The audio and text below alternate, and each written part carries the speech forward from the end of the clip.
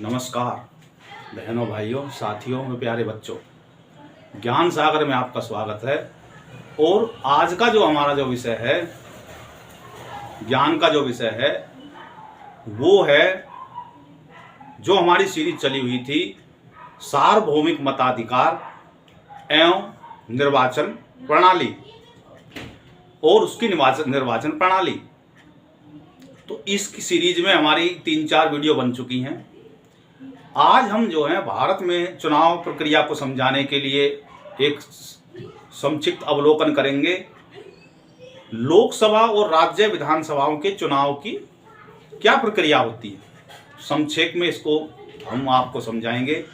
इससे पहले मैंने आपको निर्वाचन आयोग जो है, भारत का जो है चुनाव आयोग जो है, उसकी इलेक्शन कमीशन के बारे में मैंने बताया था कि भारत में के संविधान के अनुच्छेद 324 में ये प्रावधान किया गया है कि भारत में एक निर्वाचन आयोग होगा जो स्वतंत्र एवं निष्पक्ष होगा।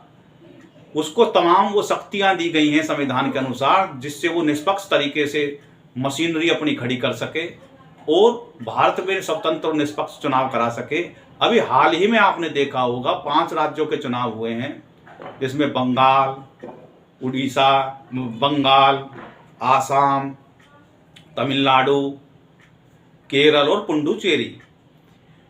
इनमें आपने देखा होगा कि कितने निष्पक्ष तरीके से चुनाव हुए हैं। सबसे पहले उन्होंने जो है मतदाता सूचियों का शुद्धिकरण करवाया वहाँ पे।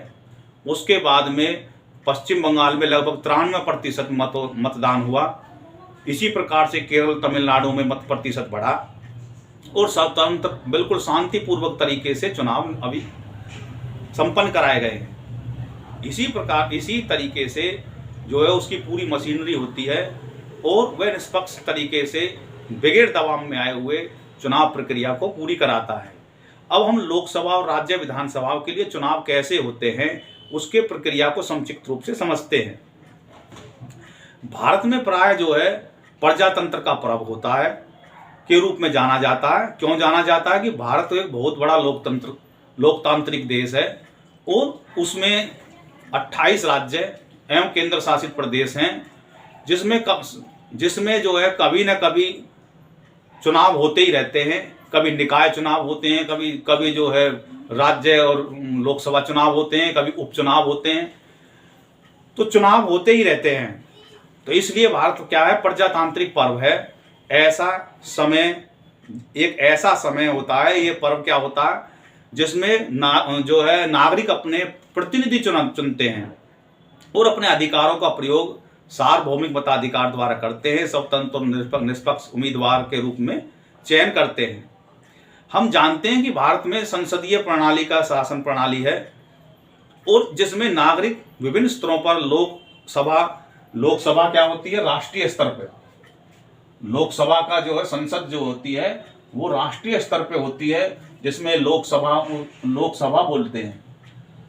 लोकसभा के लिए चुनाव जनता सीधे करती है, लोकसभा के सदस्यों के लिए, जिनको सांसद बोलते हैं।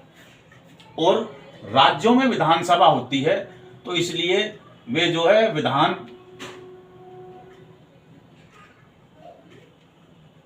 सभा सदस्यों के लिए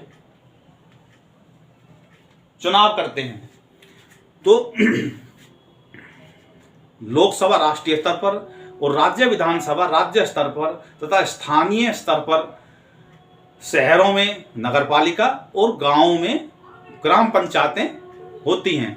इस प्रकार से भारत में त्रिस्तरीय लोकतांत्रिक मॉडल होता है। राष्ट्रीय स्तर पर लोकसभा, राज्यों के स्तर पर विधानसभा और शहरी और ग्रामीण स्तर पर स्थानीय सरकारें चुनी जाती हैं। इस प्रकार से त्रिस्तरीय मॉडल भारत में सरकार का, प्रजातांत्रिक सरकारों का होता है। अब लोकसभा के निर्वाचन की बात करें तो भारत में 345 सीटें हैं कुल, जिसमें से 343 के लिए चुनाव होता है। 2 सीटें एंग्लो इंडियन के लिए जो है वो रिजर्व रहती हैं। अगर उनकी वो नामित किए जाते हैं, अगर उनको लगता है कि प्रतिनिधित्व नहीं है। लोकसभा के लिए निर्वाचित सदस्यों को सांसद कहते हैं और राज्य विधानसभाओं के सदस्यों को, जो निर्वाचित सदस्य आते हैं, उनको विधायक बोलते हैं आम भाषा में, और एमएलए बोल देते हैं, मेंबर ऑफ लेजिस्लेटिव असेंबली बोलते हैं। भारत जो सबसे आगे, भारत में क्या है, जो सबसे आगे वही जीता। यानी कि भारत में क्या है, एक वोट से भी कोई एक सदस्य चुनाव में आगे है तो वही जीता हुआ माना जाता है। फर्स्ट पास्ट द पोस्ट निर्वाचन प्रणाली का उपयोग किया जाता है, जिसमें किसी निर्वाचन क्षेत्र में सर्वाधिक मत प्राप्त करने वाले प्रत्याशी विजय होता है। इसका तात्पर्य है कि अगर कोई प्रत्याशी कुल मतों का 50% से भी कम उसने मान लो प्राप्त किए हैं, तब भी जो है वो विजयी माना जाएगा। जैसे अभी जो है सर्वोदय विद्यालय का एक उदाहरण दिया था, जिसमें कुल जो है 33 वोट पड़े थे, जिसमें 33 में से गुरमत ने कुल 12 वोट पाकर भी विजय प्राप्त कर ली। तो विधानसभाओं की विभिन्न भाषाओं में अलग अलग नामों से जाने जाते हैं। विधानसभा, नियमन सभा, आपके राज्यों में क्या कहा जाता है, आप इस पर विचार करके अपना जिज्ञासा को बढ़ाएं। मतदान की प्रक्रिया पूर्ण होने के बाद सरकार बनाने की प्रक्रिया आरंभ होती है और लोकसभा में बहुमत का जो प्राप्त राजनीतिक दल या गठबंधन होता है राष्ट्रीय स्तर पर, वो सरकार का गठन करता है। सामान्य बहुमत का नेतृत्व करने वाला व्यक्ति प्रधानमंत्री बनता है। इसी प्रकार राज्य स्तर पर बहुमत प्राप्त करने वाले दल का जो नेता होता है वो मुख्यमंत्री बनता है। गठबंधन दो प्रकार के होते हैं, एक तो होता है पोस्ट पोल गठबंधन, एक प्री पोल गठबंधन। जो प्री पोल गठबंधन होता है वो चुनाव से पहले होता है और पोस्ट पोल गठबंधन जो होता है वो चुनाव होने के बाद में जैसी स्थिति बनती है उसके हिसाब से वो गठबंधन करते हैं। तो इस प्रकार से जो है ये चुनाव का प्रक्रिया भारत में होती है।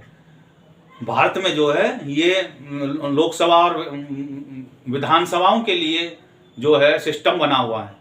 अब बात आती है कि इनके चुनाव कैसे कंडक्ट कराए जाते हैं। उसके विषय में मैं पहली वीडियो में बता चुका।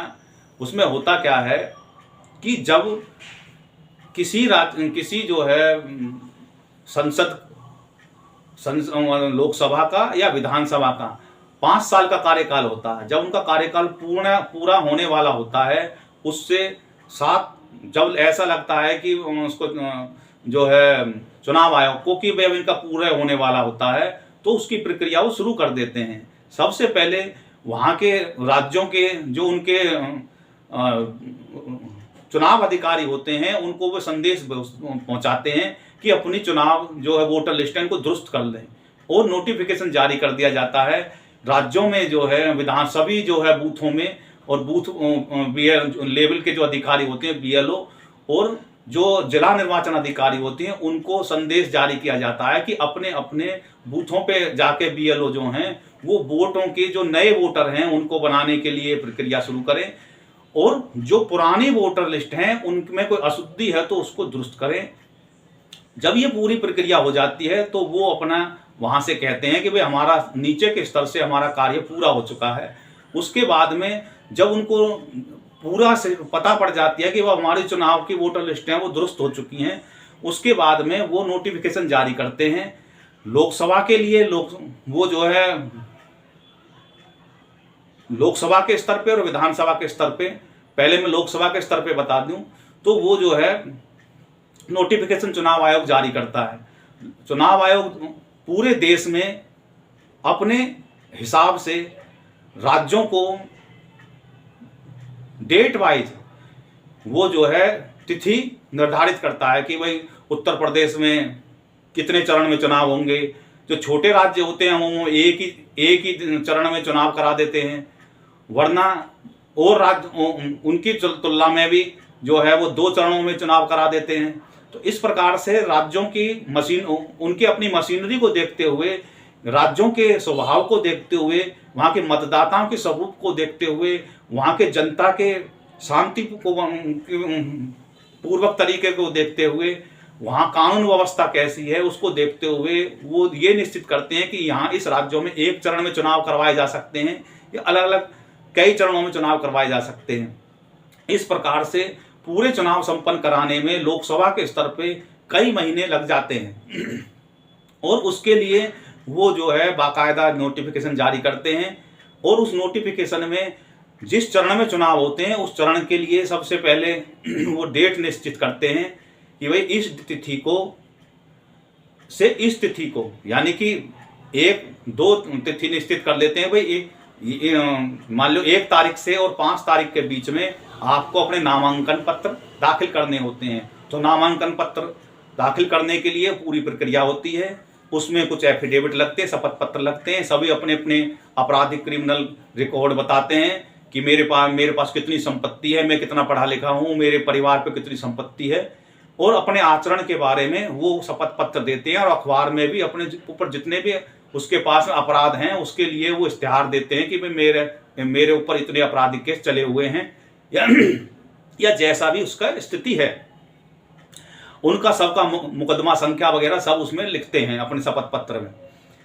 और उसकी जो है प्रति कई जो है उसमें कॉपियों में वे जो है अपने सारे दस्तावेज लगा के वो जिले में एक ऑफिस बना दिया जाता है जिसमें जिला निर्वाचन अधिकारी बैठता है। वो सारे दस्तावेजों को के साथ में उसके जो भी उम्मीदवार होता है उसके जो है जो नॉमिनेशन का जो प्रपत्र है उसको ग्रहण करता है। उस प्रपत्र की जांच होती है, जांच होने के बाद में उनको मौका दिया जाता है, जो भी जांच होने के बाद में जो भी जो है वो सही पाए जाते हैं उनकी लिस्ट लगा दी जाती है कि भाई ये जो है हमारे क्षेत्र में जो है सही पाए गए जांच में। फिर उनके बाद में नाम वापस लेने की तिथि होती है। अगर कोई निर्दलीय होता है तो उसके लिए वो सिंबल दिया जाता है कि भाई आपका वोट डालने के लिए ये सिंबल है, वरना जो राष्ट्रीय स्तर की जो पार्टी होती है उनके सिंबल पहले से ही दिए जाते हैं। जब वो सारी प्रक्रिया जब हो जाती है, चुनाव नाम वापस भी ले लिया जाने की तिथि भी निकल जाती है, तो वे एक फिर से नोटिफिकेशन निकालते हैं और ये इश्तिहार देते हैं कि भाई आपके क्षेत्र में लोकसभा में इतने उम्मीदवार हैं और इन उम्मीदवारों के ये निशान हैं और ये पार्टी के हैं। उसके बाद में उनको एक फिक्स डेट दे दी जाती है कि भाई आपको इस तारीख तक का चुनाव प्रचार करना होता है। चुनाव प्रचार जो है 48 घंटे पहले रोक दिया जाता है ताकि मतदाता जो हैं अपने मस्तिष्क पे विचार कर सके कि कौन उम्मीदवार जो है वो सही है, कौन गलत है। और उसके बाद में तिथि निश्चित कर दी जाती है कि भाई उस तारीख को चुनाव होंगे। इस बीच में जो भी ये प्रक्रिया होती है उस बीच में सारा प्रशासन जो होता है वो भारत का जो प्रशासन है वो चुनाव आयोग के अधीन हो जाता है। जितनी भी मशीनरी, सरकारी मशीनरी है, वो चुनाव आयोग के निर्देशन पे कार्य करती है। उसी के अनुसार ट्रांसफर होते हैं, उसी के अनुसार पे उनकी जो पोलिंग पार्टियां जो तैयार करी जाती हैं वो चुनाव आयोग के निर्देश के अनुसार ही करी जाती हैं, ना कि राज्य सरकार के निर्देश अनुसार। तो इस प्रकार से सरकार जो है निष्पक्षता से पूर्ण तरीके से, और उनके नियम कोड ऑफ कंडक्ट रहते हैं, उस कोड ऑफ कंडक्ट को बड़ी गहनता से पर्यवेक्षक जो होते हैं वो देखरेख में उसका सारा काम होता है।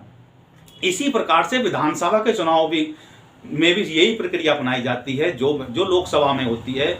उसमें विधानसभाओं के क्षेत्र के अनुसार जो है इस प्रकार से नोटिफिकेशन जारी होता है। राज्यों में जो छोटे राज्य होते हैं एक ही दिन में चुनाव करा दिए जाते हैं, जो बड़े राज्य होते हैं जो सेंसिटिव होते हैं उनमें कई चरणों में चुनाव कराए जाते हैं। तो वो भी उसमें भी सेम ऐसी प्रक्रिया होती है। उसके बाद में वोट डालने के दिन आता है, तो वोट डालने के दिन के लिए बूथों का जो है स्कूलों में या और अन्य स्थानों में स्थान निश्चित कर दिया जाता है और सारे जितने भी मतदाता होते हैं उनके घरों में मतदाता पर्ची पहुंचाई जाती है। उसमें उनके फोटो लगे हुए होते हैं और उसके साथ में वो अपना वो परिचय पत्र भी ले जाकर, फोटो पहचान पत्र ले जाकर मतदाता केंद्रों पे जाके वो अपना मत का प्रयोग करते हैं। मत का प्रयोग होने के बाद में जो इलेक्ट्रॉनिक वोटिंग मशीन होती है वो सील कर दी जाती हैं। उनका सारा कुछ जो है, जो उनके उम्मीदवारों के जो एजेंट होते हैं उनके सिग्नेचर होते हैं, उनको एक लिस्ट पर्ची बना देती जाती है कि भाई इसमें इस वोटर लिस्ट, इस इलेक्ट्रॉनिक वोटिंग मशीन में इतने वोट हमने जो है रिकॉर्ड करे हैं। और उसके बाद में उनमें उनके जो है एक सील लगाई जाती है। उस सील पे सारे जो कैंडिडेटों के एजेंट होते हैं उनके सिग्नेचर होते हैं। फिर जब वो जहाँ पे वोटों की गिनती करी जाती है उस केंद्र पे पहुंचा दी जाती है, उसको स्ट्रांग रूम बोलते हैं। और वहां से जब वो गिनती की प्रक्रिया शुरू करी जाती है तो उन एजेंटों को दिखाया जाता है कि क्या आपके ये हस्ताक्षर हैं, और उसके बाद में उसकी सील खोली जाती है और उसके वोटों की गिनती की जाती है। सारा रिकॉर्ड तैयार करा जाता है। सारे एजेंटों को बताए जाते हैं कि इसमें आपके इतनी वोट आई है, इसमें इतने, टोटल मिलान करा जाता है। तो कोई बेईमानी का कोई जो है सवाल ही पैदा नहीं होता। फिर भी तकनीकी रूप से या आदमी के कौशलता के कारण कोई गड़बड़ हो जाती है, तो अगर कोई उम्मीदवार ये लगता है कि तेरे साथ गड़बड़ी हुई है तो वो जो है दोबारा से गिनती की भी जो डिमांड कर सकता है। उसके बाद में जिसकी भी एक वोट से भी फालतू, जिसके सबसे ज्यादा मत आते हैं उसको विजयी घोषित किया जाता है और उनको एक जो प्रमाण पत्र दिया जाता है, जीत का प्रमाण पत्र दिया जाता है। फिर उनकी जितनी भी लिस्ट जो भी जीते हुए होते हैं उनकी सूची तैयार करी जाती है और सूची जो है राज्य के स्तर पे गवर्नर के पास में और राज्य के स्तर में राष्ट्रपति के पास में वो सूची पहुंचा दी जाती है और एक नोटिफिकेशन जारी कर दिया जाता है कि हमने निर्वाचन प्रक्रिया पूरी कर ली है। अब सरकार बनाने के लिए राज्यपाल और राष्ट्रपति की भूमिका होती है। वो जो भी जिस दल को भी ज्यादा बहुमत आता है उसको सरकार बनाने के लिए न्योता दिए पेश किया जाता है या वह स्वयं ही सरकार बनाने के लिए दावा प्रस्तुत करते हैं। इस प्रकार से ये निर्वाचन प्रक्रिया होती है। और जब उनको जो है गवर्नर और राष्ट्रपति, जो भी राज्यों के स्तर पे मुख्यमंत्री के लिए गवर्नर और राज्यों के और देश के केंद्र के स्तर पे राष्ट्रपति उनको शपथ दिलवाते हैं। और शपथ दिलवाने के बाद में अगर किसी विपक्ष के पार्टी को ये लगता है कि इसके पास बहुमत स्पष्ट नहीं है तो बहुमत के लिए जो है तिथि निश्चित कर दी जाती है, उस दिन वो बहुमत अपना स्पष्ट करते हैं। तो इस प्रकार से लोकसभा और विधानसभाओं की चुनाव प्रक्रिया होती है। उसके बाद में भारत के अब आती है राज्यसभाओं की। ये तो लोकसभा के लिए होगी जो निचला स्थल होता है, जो हर 5 साल में चुनाव होते हैं। एक होता है राज्य का राज्यसभा, संसद की जो है दूसरी सदस्य जो वो होता है वो राज्यसभा होती है। राज्यसभा की कुल जो सदस्य होते हैं भारत में वो 245 होते हैं, जिसमें से 233 के लिए प्रत्यक्ष रूप से राज्यों से वोट डाल के जो है चुनाव कराए जाते हैं और 12 जो सीट बचती है वो राष्ट्रपति द्वारा नामित करी जाती हैं। तो राज्यसभा की जो निर्वाचन प्रणाली होती है वो अप्रत्यक्ष रूप से होती है। बस उसमें क्या होता है, अप्रत्यक्ष वोटिंग होती है। सीधे जनता के द्वारा चुने हुए, सीधे जनता के द्वारा नहीं चुने जाते, बल्कि उनको जो राज्य विधानसभाओं के जो विधानसभा के जो सदस्य होते हैं वो सीधे उनको चुनाव करते हैं। तो इस प्रकार से जो है जनसंख्या के हिसाब से इनकी जो है राज्यसभा की सीटें होती है। इसके लिए फॉर्मूला होता है पूरा, और उसके लिए एक शेड्यूल भारत के जो है संविधान में एक चौथी शेड्यूल दे रखी है, उसमें इनके बारे में सीटों के लिए संख्या निर्धारित करी हुई है। अरुणाचल प्रदेश में जो अपेक्षाकृत कम जनसंख्या है तो उसमें राज्यों की जो है सभा की सीटें थोड़ी हैं। उत्तर प्रदेश की जनसंख्या ज़्यादा है भारत में, तो सबसे ज़्यादा राज्यसभा की जो सीटें हैं उत्तर प्रदेश में है। संसद का विघटन, किसी सदन के सदस्य का कार्यकाल समाप्ति हो जाना संवैधानिक कारण से समाप्ति माना जाता है, लेकिन राज्यसभा का विघटन नहीं होता। उसमें जो है उनका कार्यकाल 6 वर्ष का होता है और प्रत्येक 2 वर्ष में जो है 1/3 सदस्य सेवानिवृत्त होते हैं और उनके स्थान पर नए सदस्य चुनाव करे जाते हैं। यद्यपि मतदान की प्रक्रिया का अंतर होता है, इसमें एकल संक्रमणीय प्रणाली का उपयोग किया जाता है। यह विशेष विधि है जिसे यह सुनिश्चित किया जाता है कि छोटे राज्यों को भी राज्यसभा में समुचित प्रतिनिधित्व मिले। आप इस प्रणाली के बारे में उच्च कक्षा में जो बड़ी क्लास होती है उनमें अच्छी तरीके से सीखेंगे। तो इसी प्रकार से राज्यों की परिषद होती है राज्यसभा, जिसमें विधायक अप्रत्यक्ष निर्वाचन मतदान करते हैं। 333 राज्यसभा के सदस्यों के लिए चुनाव होते हैं और राष्ट्रपति जो है 12 सदस्यों का नामित करते हैं अपने उससे। इस प्रकार से ये जो है होते हैं। अब आता है भारत के राष्ट्रपति के चुनाव। भारत के राष्ट्रपति के चुनाव में क्या होता है कि उसमें भी एक निर्वाचन मंडल बनाया जाता है। इसमें भी सीधे जनता वोट नहीं देती, जनता के निर्वाचित सदस्य इसमें वोट देते हैं। जैसे लोकसभा के लिए लोकसभा के सांसद जो जनता के द्वारा सीधे वोट से चुने हुए गए हैं, और राज्यों के स्तर पे जो मेंबर ऑफ पार्लियामेंट है, विधायक हैं, वो इसके लिए वोट देते हैं। और जो लोग राज्यसभा के सदस्य होते हैं और जो राज्य विधान परिषद के जो सदस्य होते हैं, वो इसमें मतदान नहीं करते।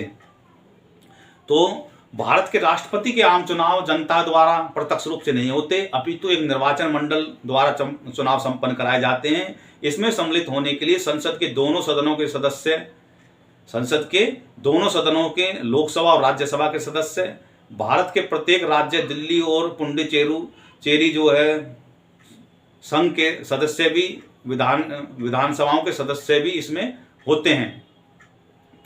तो इसमें राज्यसभा के भी सदस्य इसमें होते हैं। इस चुनाव में एकल संक्रमणीय मत प्रणाली का पालन किया जाता है। क्योंकि राष्ट्रपति पूरे देश का प्रतिनिधित्व करता है, इसलिए जो है इसमें मतदान की जो पद्धति होती है वो केंद्र या राज्य दोनों सरकारों के सहयोग लेती है। मतदान और मतगणना का बड़ा विस्तृत इसमें जो है होता है नियम। अधिक जनसंख्या वाले राज्यों की भूमिका महत्वपूर्ण होती है, क्योंकि उनकी वोट की कीमत ज़्यादा होती है। और भारत के उसमें चुनाव में राष्ट्रपति में कौन कौन समूह सम्मिलित नहीं होते, कौन होते हैं? राज्यसभा के जो 12 सदस्य जो मनोनीत होते हैं, जो सीधे जनता द्वारा के प्रतिनिधियों द्वारा नहीं चुने जाते, वो इसमें मत नहीं करते। और राज्य विधानसभाओं के जो मनोनीत सदस्य होते हैं, वे भी मत इसमें दान में नहीं प्रयोग करते। द्विसदनीय विधानमंडलों के जो विधान परिषद के जो निर्वाचित और मनोनीत दोनों जो होते हैं, वो भी इसमें भाग नहीं लेते। यानी कि विधान परिषद के जो सदस्य होते हैं वो भी इसमें भाग नहीं लेते, केवल एमएलए भाग लेता है। और केंद्र शासित और दिल्ली और पुडुचेरी के जो मनोनीत होते हैं, वे भी इसमें भाग नहीं लेते। ऐसा इसलिए सुनिश्चित किया जाता है कि केवल प्रत्यक्ष रूप से ही निर्वाचन प्रतिनिधि ही राष्ट्रपति का निर्वाचन में मतदान करें। इससे लोकतांत्रिक रूप से ऐसा रहता है कि राष्ट्रपति जनता की इच्छा से ही मनोनीत माना जाता है, अप्रत्यक्ष किंतु साधक रूप से ऐसा ही सिद्ध होता है कि वो जनता के द्वारा ही चुना गया है। अब भारत के उपराष्ट्रपति के लिए जो चुनाव की जो प्रक्रिया होती है, उसके बारे में संक्षिप्त रूप से बताते हैं। भारत के उपराष्ट्रपति का चुनाव के लिए भी एक निर्वाचन मंडल बनाया जाता है, जिसमें संसद के दोनों सदन के जो निर्वाचित सदस्य होते हैं, मनोनीत सदस्य भी इसमें सम्मिलित किए जाते हैं। यहाँ भी एकल संक्रमणीय मत का प्रणाली का प्रयोग होता है। यानी कि एक उम्मीदवार एक बार वोट, एकल संक्रमणीय। उपराष्ट्रपति जो है राज्यसभा का सभापति होता है। और यदि कोई ऐसी परिस्थिति उत्पन्न हो जाए कि राष्ट्रपति अपने कर्तव्यों का निर्वहन नहीं कर सके, तो उपराष्ट्रपति की इस भूमिका को निभाता है। अस्थायी रूप से उपराष्ट्रपति जो उस भूमिका को उस समय निभाता है। अब बात आती है, क्योंकि हमने ज़्यादातर पूरे संपूर्ण रूप से इस पर चर्चा कर ली कि संसद और विधानसभाओं का सदस्यों की निर्वाचन प्रक्रिया क्या होती है, राज्यसभा के सदस्यों की निर्वाचन प्रक्रिया क्या होती है, राष्ट्रपति के चुनाव के लिए निर्वाचन प्रक्रिया क्या होती है, उपराष्ट्रपति के लिए चुनाव की प्रक्रिया क्या होती है। अब आखिरी में बचा कि भारत की निर्वाचन प्रणाली की चुनौतियां क्या हैं और उसके सुझाव, उसको जो है आगे का मार्ग क्या है, उसमें क्या सुझाव दिए सकते हैं। तो भारत की निर्वाचन प्रणाली जो है वो विश्व की सबसे बड़े लोकतंत्र के रूप में मान्यता प्राप्त है, किंतु सभी प्रणालियों की तरह सबकी अपनी अपनी चुनौतियां भी सामने होती हैं। चुनौती क्या है? वो है जनता का मन। अगर जनता भ्रष्ट प्रवृत्ति की हो जाएगी तो चुनाव प्रक्रिया ही क्या करेगी? मेरा कहने का मतलब है, जब जनता भ्रष्ट हो जाएगी, उनकी मन में लोभ पैदा हो जाएगा और बाद में वो दोष दूसरे के ऊपर डालने लगे, तो ये बेईमानी है। भाई, आप सबसे पहले तो लोभ में आके किसी गलत आदमी, गलत पार्टी को आप लालच में आके वोट दे रहे हो, उसकी सरकार बना रहे हो, तो आप उस सरकार से जिसने इतना धन और बल का प्रयोग किया है, जितने निवेश किया है, प्रॉपर्टी की तरह पे, और वो आपका क्या भला कर देंगे। बाद में आप उनसे कहो कि आपने हमारा कार्य नहीं करा, तो वे राजस्व का उपयोग करके आप पे न्यौछावर कर देंगे पैसे को, लेकिन भविष्य में उसकी आने वाली हमारी पीढ़ी का भला नहीं होगा। इसलिए मैं और मेरे जैसे चाहने वाले सभी लोग जो हैं भारत के नागरिकों से अपील करते हैं कि अपने मस्तिष्क को उस समय पे सभी तरह के लोगों से दूर रखें, अपने अपने जो निजी स्वार्थ है उनसे हटें, अपनी सोच को राष्ट्रीय स्तर पे ले जाएं और ये कल्पना करें कि भाई आपके जो भावी भविष्य है किस दल और किस पार्टी या किस जो आपका उम्मीदवार है उसके हाथ में सुरक्षित हो सकता है, जो बगैर दबाव, बगैर भेदभाव के और देश की सुरक्षा को दृष्टि में रखते हुए, आपके क्षेत्र की सुरक्षा को दृष्टि में रखते हुए आपको सही तरीके से प्रतिनिधित्व कर सकता है, ऐसे उम्मीदवार का चयन करना चाहिए। चुनावों में धन का बढ़ता हुआ प्रभाव और आपराधिक पृष्ठभूमि वाले प्रत्यक्षियों का उल्लेखनीय मतदाताओं के लिए उदासीनता का कारण बन जाता है। वो ये मान के चलते हैं कि पैसे वाला आदमी है, ये तुम्हें जीत जाएगा, जबकि वो आपके मत के प्रयोग से ही जीत सकता है। आपको निष्पक्ष रूप से ऐसे लोगों से प्रभावित हुए बिना वो आपको वोट डालनी चाहिए। दूसरा, कुछ ऐसे भी लोग हैं जो मत का प्रयोग नहीं करते। वो ये कहते हैं कि आपके हमारे मत से क्या होगा, अजी हमें क्या, हमारा क्या, हम तो जैसे काम कर रहे हैं ऐसे हमको करना है। ऐसे जो लोगों की संख्या भी काफ़ी है। ज़्यादातर जो व्यापारी वर्ग के हैं, जो दुकानें करते हैं, उनकी सोच ऐसी होती है, वो चिकड़ मिकड़े तो ज़्यादा करते हैं वोटों के दौरान में, लेकिन वोट देने के लिए नहीं जाते। अरे हमारा तो रोजगार मिट जाएगा, अरे हमारा तो दुश्मनाई हो जाएगी। भाई चिकड़ मिकड़ी क्यों करते हो फिर तुम? मतलब अजी महंगाई बढ़ गई, ऐसे हो गई, लूट लिए जी, खा लिए जी। वो अपना जो है चोंच तो ज़्यादा चलाते हैं और काम करते नहीं हैं। ऐसे लोगों की वजह से हमारे देश का भविष्य गर्त में चला जाता है। तो चुनाव आयोग को ऐसे लोगों की जो अपने मत का प्रयोग नहीं करते, उनके मत को सस्पेंड कर देना चाहिए और ये देखना चाहिए जो जिसकी अपने वोटों का प्रयोग नहीं करता उसके वोट को सस्पेंड कर देना चाहिए। और अगर वो अगले बार चुनाव में अपने मत का प्रयोग करने के लिए शपथ पत्र देते हैं या अपने मत का सही तरीके से प्रयोग करने का वादा देने का शपथ पत्र देते हैं, तो उनकी जो भी सस्पेंशन पीरियड है वो ख़त्म कर देना चाहिए। और इस प्रकार से आगे जो है ताकि भविष्य में कोई प्रश्न न उठे, आगे बढ़ने के लिए मार्ग मतदाताओं के लिए उस जानकारी से सशक्त करने के लिए निहित है, जिसकी उनकी विचारशील और उत्तरदायी चुनाव के लिए आवश्यकता होती है। मीडिया, शिक्षा और जागरूकता अभियान से मिलकर लोगों को, विशेष रूप से युवाओं को समझाने का सहयोग करना चाहिए। सोच समझकर मतदान क्यों करना महत्वपूर्ण है, इस बारे में जागरूक और सतर्क मतदाता लोकतांत्रिक प्रणाली में सबसे शक्तिशाली सुरक्षा है। यह सही प्रश्न पूछने की आरंभ होती है कि उत्तरदायी मतदान करने पर ही, यानी कि सही प्रश्न पूछने से ही यह प्रक्रिया शुरू होती है और उत्तरदायी मतदान करने से ही यह प्रक्रिया समाप्त हो जाती है। इस प्रकार से हमने इस अध्याय में देखा भारत के संपूर्ण मतदाता प्रक्रिया के बारे में। ये बड़ी महत्वपूर्ण है, इसी से ही देश का भविष्य बनता है। आने वाले 5 साल किसके हाथ में सुरक्षित होंगे? अगर कोई ऐसी सरकार जो देश के दुश्मनों से, देश के गद्दारों से हाथ मिला के कार्य करे और जनता पे पैसे की, घूस की, आगे अपने जो है या जाति या धर्म के आधार पे गोलबंदी करने की सोचे और बाद में उन लोगों के लिए कार्य करे, तो देश कभी भी सही तरीके से प्रगति नहीं कर सकता। ऐसे लोग संकट पड़ने पे, ऐसी सरकार संकट पड़ने पे भारत के नागरिकों की कोई सुरक्षा नहीं कर सकते। उनकी मजबूरी ऐसी हो जाती है कि वो वोट बैंक के नीचे दब जाते हैं और अपने भविष्य को देखते हुए वो कोई निर्णय नहीं ले पाते और देश जो है पॉलिसी से पैरालाइज हो जाता है। लूट खसोट मची रहती है और जनता कराह उठती है। ना तो पुलिस उनकी सुनवाई करता और ना ही प्रशासन उनके कोई संपूर्ण रूप से देखता। जिसकी शिकायत लगाने के लिए जनता जाती है वही उनका कार्यकर्ता निकल जाता है, वहाँ से ऊपर से फोन आते हैं और कार्रवाई नहीं होती।